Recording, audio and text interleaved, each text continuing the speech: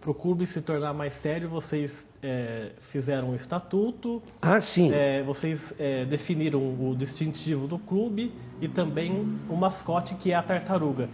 Como é que foi essa história curiosa da tartaruga, que primeiro foi um desenho que ela estava meio olha, depois como é que foi?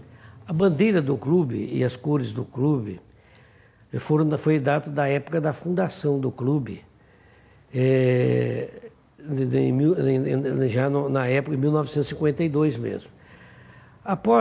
Acontece que aquele pessoal que criou o clube, que gostava do clube, que amava o clube, que foram realmente grandes esportistas, eles não queriam continuar e não queriam abrir muito o clube para expansão. E também não admitiam que se criasse estatutos no clube. E até que dentro do clube houve uma assembleia e sob o comando do Sr. Ulisses Guedes, presidente, que regularizou toda a situação do clube, fez o primeiro estatuto. Eu tenho cópia do jornal da publicação do estatuto do clube, que regularizou o clube e manteve todas as atividades. Com isso houve uma cisão. Muitos saíram e foram, como disse, formaram Esperança. Porque alguns ficaram chateados com alguns pontos do estatuto e saíram para formar um outro time. Formar lá o Esperança. E eu, inclusive, como jogava no União e começou no campo do União, eu fui convidado para participar. Inclusive, eu participei do primeiro treino do Esperança lá. E alguns dos dissidentes, que na época, inclusive, não foram foram mais para atender, não eram dissidentes, continuaram como sócio no clube, no Boa Vontade, mas foram lá para jogar lá. Era o caso do Diquito, era o caso do Célio Leite de Siqueira, era o Edson Monteiro. Então, eram muitos, Jairo, são os amigos que a gente era, onde estava um, estava outro, desde o tempo de infância. Então, um dia eles resolveram, né, voltar para o Boa Vontade e me trouxeram. Falaram, você tem que ir com a gente para lá. Eu falei, tá bom, eu fui. Então eu continuei sendo sócio da Esperança e do Boa Vontade, como eles continuaram sendo sócios dos dois clubes. E quem teve a ideia de fazer a tartaruga como mascote? A tartaruga como mascote partiu do Diquito. Diquito é Cândido Siqueira Rosa Filho, o nosso atual ainda primeiro tesoureiro. E esse vem batalhando, é o mais antigo de todos os sócios do Clube Atlético Boa Vontade. Eu tenho o número 6 atualmente. Porque tem o Edson Martins Araújo, que daquele tempo, né? Então, ali o Diquito, na época da que a gente estava fazendo a construção do Recanto Boense, foi que ele teve essa ideia de fazer uma tartaruga. Porque se a gente falar, puxa vida, porque a tartaruga demora muito para morrer, leva muito tempo. E a gente também, a mesma coisa, a gente está vendendo caro para a gente não morrer, né? Mas a gente estava indo devagar e sempre para frente, devagar e sempre.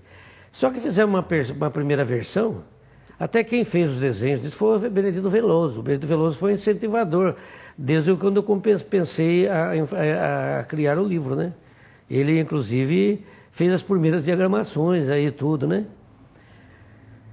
E ele que fez, aí depois a gente começou a ver uma tartaruga meio triste, falei, não, mas não. Aí realmente nós conversamos, aí o Veloso fez uma tartaruga mais alegre, né? Mais forte.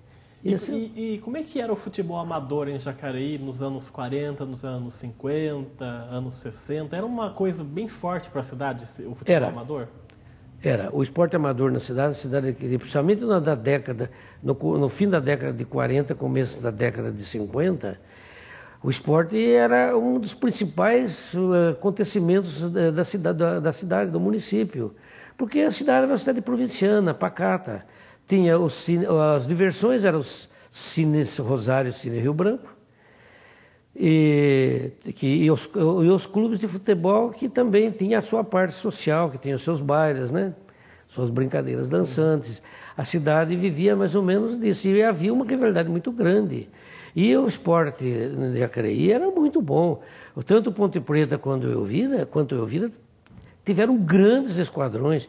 Inclusive traziam os maiores clubes de São Paulo para jogar aqui, se ombreavam.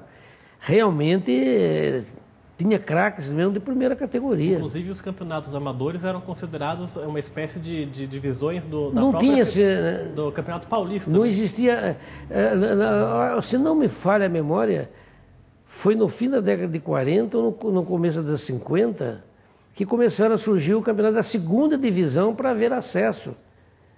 Porque antes o cara o amador jogava em todos, ia para Itápolis, para todas aquelas cidades longe, né? Para Limeira, Campinas, Bauru. Então o campeonato amador era um campeonato forte, mas o pessoal eram amadores, né? Se ganhava talvez algum trocado, alguma sobrevivência, né? Mas não tinha salário, não tinha nada. O campo superlotava. Não tinha... Não tinha lugar para ninguém. Não tinha lugar para ninguém. E quem que era o maior rival do Boa Esperança nessa época? Do Boa Vontade? Não, o Boa Vontade e o Esperança foram times varzianos. Os amadores mesmo eram o Ponte Preta Futebol Clube e Esporte Clube Elvira. Tá certo? Esses eram os principais rivais. Eram os principais. E tinha o clube de elite, que era o Trianon, mas o Trianon, a parte esportiva dele era futebol de salão no início, né? Que inclusive fomos bicampeões juvenis do estado, né? Mas falando do futebol mesmo, futebol de campo amador, e até mesmo da parte varziana, qual era a importância desses campeonatos aqui para a cidade nessa época, década de 50, por aí? Era muito importante porque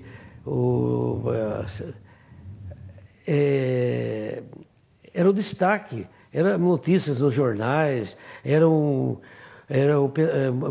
muita gente que vinha de fora para cá jogar ou para assistir.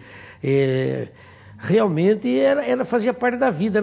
Como o futebol ainda é o sangue do brasileiro, principalmente aqueles que não têm um poder de maiores diversões, na época era tudo com poucas possibilidades de maiores diversões. Então era o grande divertimento deles, era o cinema, o futebol. A política era um divertimento para eles na época, quando acontecia. E como é que era a rotina do senhor no Boa Vontade? Era todo domingo, todo sábado? Como é que funcionava isso aí? Não, no início, normalmente era sábado, era domingo. A rotina, que até hoje é igual, era o seguinte: os primeiros 22 que chegassem em campo, você formava o primeiro treino. Os outros iam formando o segundo. Às vezes dava 3 treinos ou mais, ainda substituíam. Chamava de quadro, né? Primeiro quadro. Não, para formar os jogos você selecionava os melhores. Aí tinha primeiro, segundo, né? Mas todos podiam jogar, não tinha preconceito de cor, de idade, de raça, nem de idade. Se ele aguentasse ficar no campo, porque era realmente para incentivar. Podia jogar um de 60 anos com um de 15. Com autorização do pai, de 14 anos em diante já podia jogar também. E sempre cuidamos muito da equipe de jovens. Tanto que nós tivemos uma passagem brilhante na época de 70, que o Clube Atlético Boa Vontade foi tricampeão de dentro de leite de Jacareí, campeão do Vale do Paraíba e foi 5º lugar do estado de São Paulo. Até hoje tem equipe de jovens, Boa Vontade, né? No momento, nós estamos passando por uma fase que ela está assim, momentaneamente paralisada. Fazendo aproximadamente 1 ano que nós estamos fazendo umas reestruturações e tudo lá. Inclusive até para a gente procurar estudar uma hipótese da gente aproveitar e encaminhar os nossos jovens.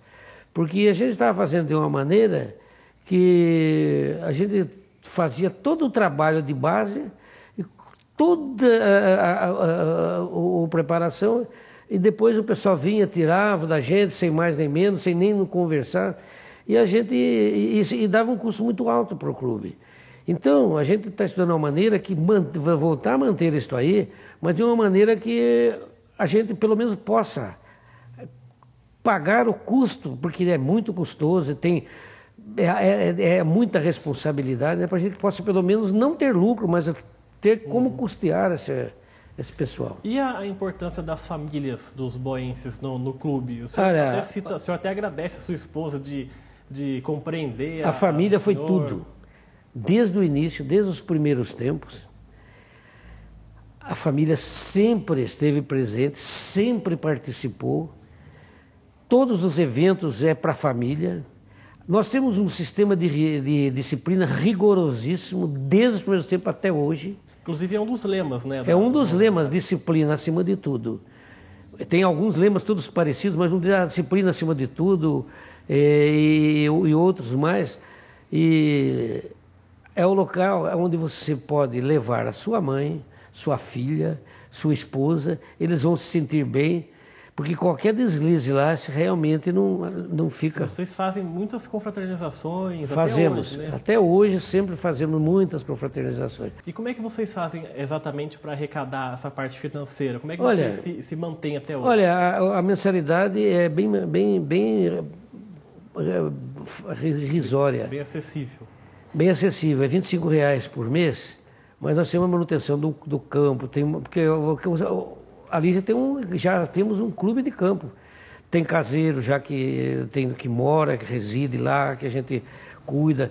Tem a manutenção do campo, manutenção da quadra de malha que está desativada momentaneamente. E realmente temos um parquinho das crianças, tem uma lanchonete com visão panorâmica para o campo. Quantos sócios são atualmente? Atualmente temos aproximadamente uns 250 sócios familiares, aproximadamente.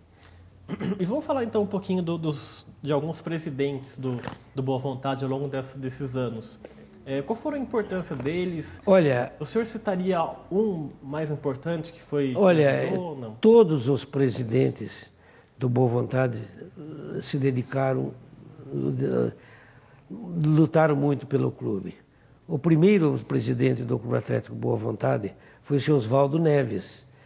Ele, daquela equipe que começou lá ele com os filhos dele, Ronaldo e Tita, eles fizeram muito pelo clube, lutaram muito pelo clube.